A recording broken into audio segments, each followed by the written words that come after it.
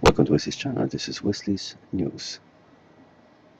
Today I'm gonna be having little Genie, which is a young boy who made two videos, and I found these videos interesting enough to bring to your attention. These videos are just the explanation how to tune the resonance circuit in practice. Resonance is a major requirement for DALI and Ruslan device, and actually all of the devices that have a nature of electrostatic energy transfer and conversion. Лидеры Genie, спасибо большое за ваши видики. Я подумал, что можно бы дать их людям всего мира на английском языке вместе с линком на ваше видео, как пример настройки резонансного контура. Спасибо большое. Hello everyone. I'm going to explain to you how to tune coil into resonance. We have 80 winds, gauge 2.5 millimeter. We have another coil, 10 winds with a thick wire, and the middle wire of it goes to the generator. That's a nanosecond impulse forming circuitry generator, 24 volts power supply that is being powered from the grid. In order to be able to tune coil into the resonance, we need to know inductance of the coil and frequency of the generator. When bigger coil is connected to generator, we need to have a proper length of the wire between the big coil and the smaller coil to reach the resonance. So if the big coil has a 1 meter of wire, then the smaller one should have a 4 meter, so it's 1 to 4. But it happened to me that I have not necessarily the length of the wire on the small coil that is corresponding to the requirement to reach the resonance.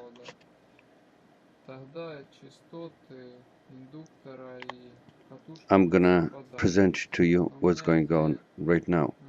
So actually what he's explaining is that if you don't have the length of the wire that is required for the coil by itself to create the resonance circuit without additional capacitor, there is a need to connect the capacitor into it, and then you would be able to reach this resonance as well. The frequency that is coming from the signal generator to the big coil and then inducing in the small coil that the two leads are connected to is 113.9 kilohertz right now. I am repeating that part of the clip. You see that the small coil is inserted in the big one, and the reading is being made out of that coil shows currently 40 kilohertz. So we might assume that the big coil that now you see being connected should have a 40 kilohertz as well. And hey, Houston, we have a problem. We have a 113.9 kilohertz on the big coil. The explanation is quite simple. On the right hand side you see the radiator with the transistor on it and the small board, and there's the square wave nanosecond impulse generator, and it's connected to that big coil. So if we have had a sinusoidal signal, there would be no such thing as that we give from that generator 40 kilohertz, and all of a sudden we can read different frequency on the smaller coil that was injected into the big one. However, even with sinusoidal signal, we might have tuned to the harmonic of the fundamental frequency coming from the sinusoidal generator. So we are not dealing with sinusoidal signal, and we have to now find out what is a square wave nanosecond impulse signal. Think of it as a transformer. You gotta stop when you look at it to follow up. This is the center top coil, and on the right hand side we have nanosecond impulse generator, and that's how the generator could look like when you look on the right hand side coil with the top in. That could be our air one. Doesn't matter that in here is presented as with a core.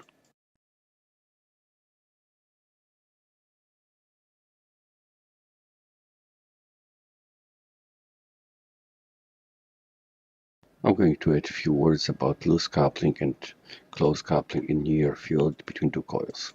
When the small coil is fully retracted, we have a very loose coupling. When coil is very much inside the big coil, we have a close coupling. If we were dealing with sinusoidal signal from the generator only, you wouldn't have a different frequency in primary and secondary coils. And if we pull out the coil to have a loss coupling, as shown, then we would only have a difference in the amplitude of the coil that is extracted, and now it is at loss coupling in near field. For easiness, I have included the picture of mechanism that is made out of the two coils where one could be pushed in or pulled out, and that's how you control the amplitude of the voltage that is induced in the second coil, but the frequency stays the same. In some rare situation, you might find that you tune secondary coil into the harmonic first, second, third, whatever the harmonic of the primary frequency from sinusoidal signal of the generator. However, we would be dealing with quite a different scenario when we have a square wave that is an output from the signal generator.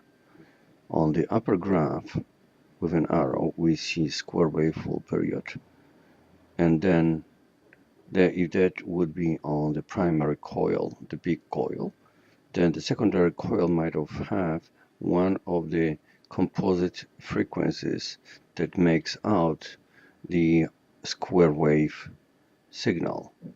On the lower part, when we see the only positive impulses of the square wave signal, the output might be only half of a period of the sinusoidal component.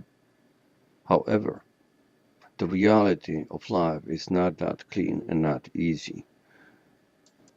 The major dependency of the frequency of the secondary coil, where primary coil has a square wave signal as an input, is what is the frequency of the secondary coil.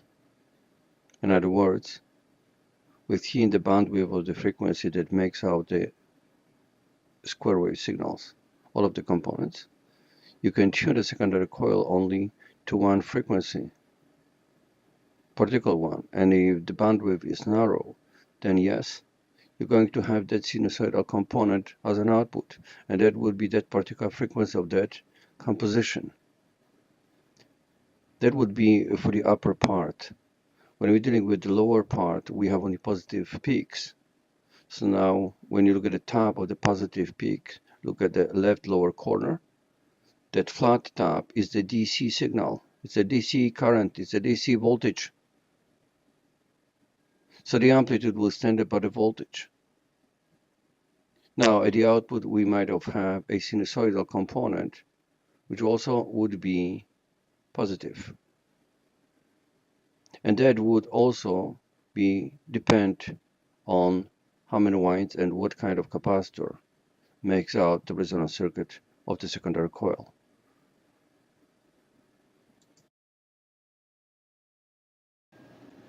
You see a quick simulation of how sinusoidal wave is being made. So actually there's a generation or a sequence of higher and higher frequency sine wave that adds up to a square wave.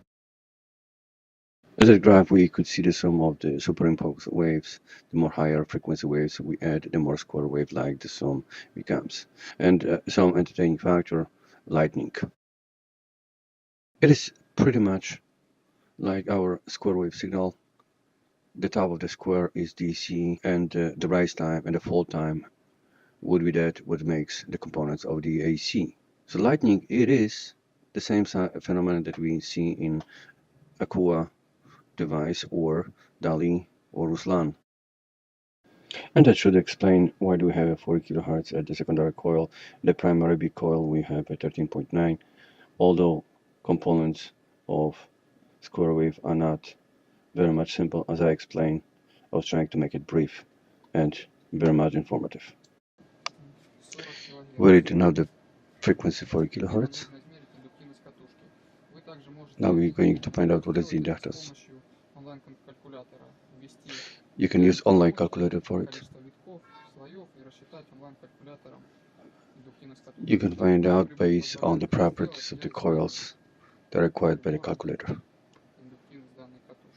So that will be number of winds and the diameter of the coil.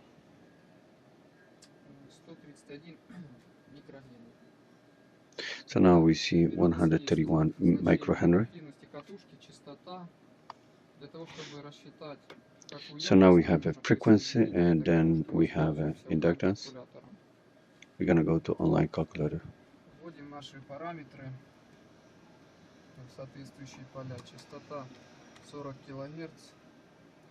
So we put 40 kilohertz, 131 microhenries inductance. So we have 121 nanofarads of the capacitor is required to tune that circuit to the desired frequency.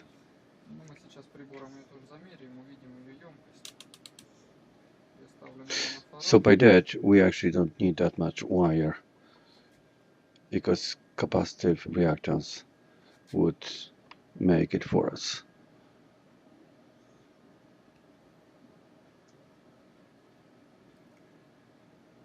That would be the capacitive reactance of the capacitor that is in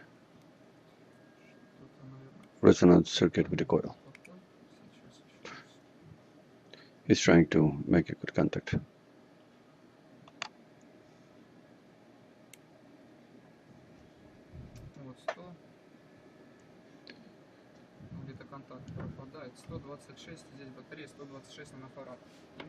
One 126 nanofarads.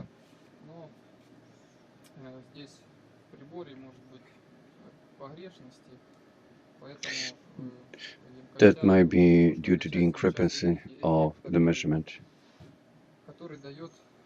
inaccuracy of the measurement. We have a 220 watts, 220 volts, 40 watts light bulb,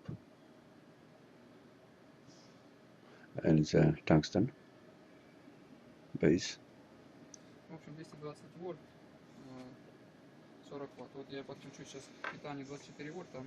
So I'm going to connect it to 24 volts and you would see no light.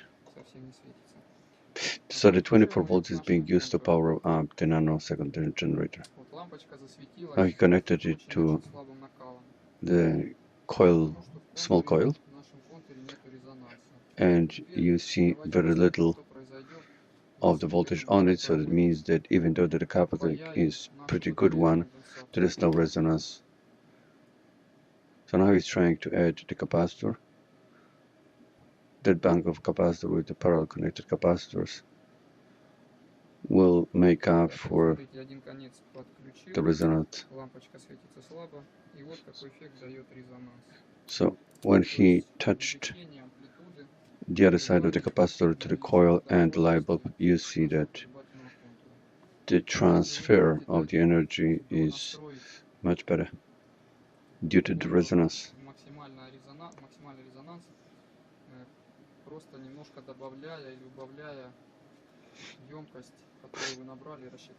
So the closest that you are to 13.9 kilohertz that comes from the generator, the better the transformation it is. So that coil is no longer 4 kilohertz. But that's my comment. He's adding more of the capacitance, showing you that the intensity of the light is diminishing, that means that adding more capacity doesn't help. It actually worsens the effect. So now we disconnected the capacitor, but we left the light bulb on the coil, small coil, and that's what you see. Okay, the next video would be much more interesting, as he operates with quite big light bulbs.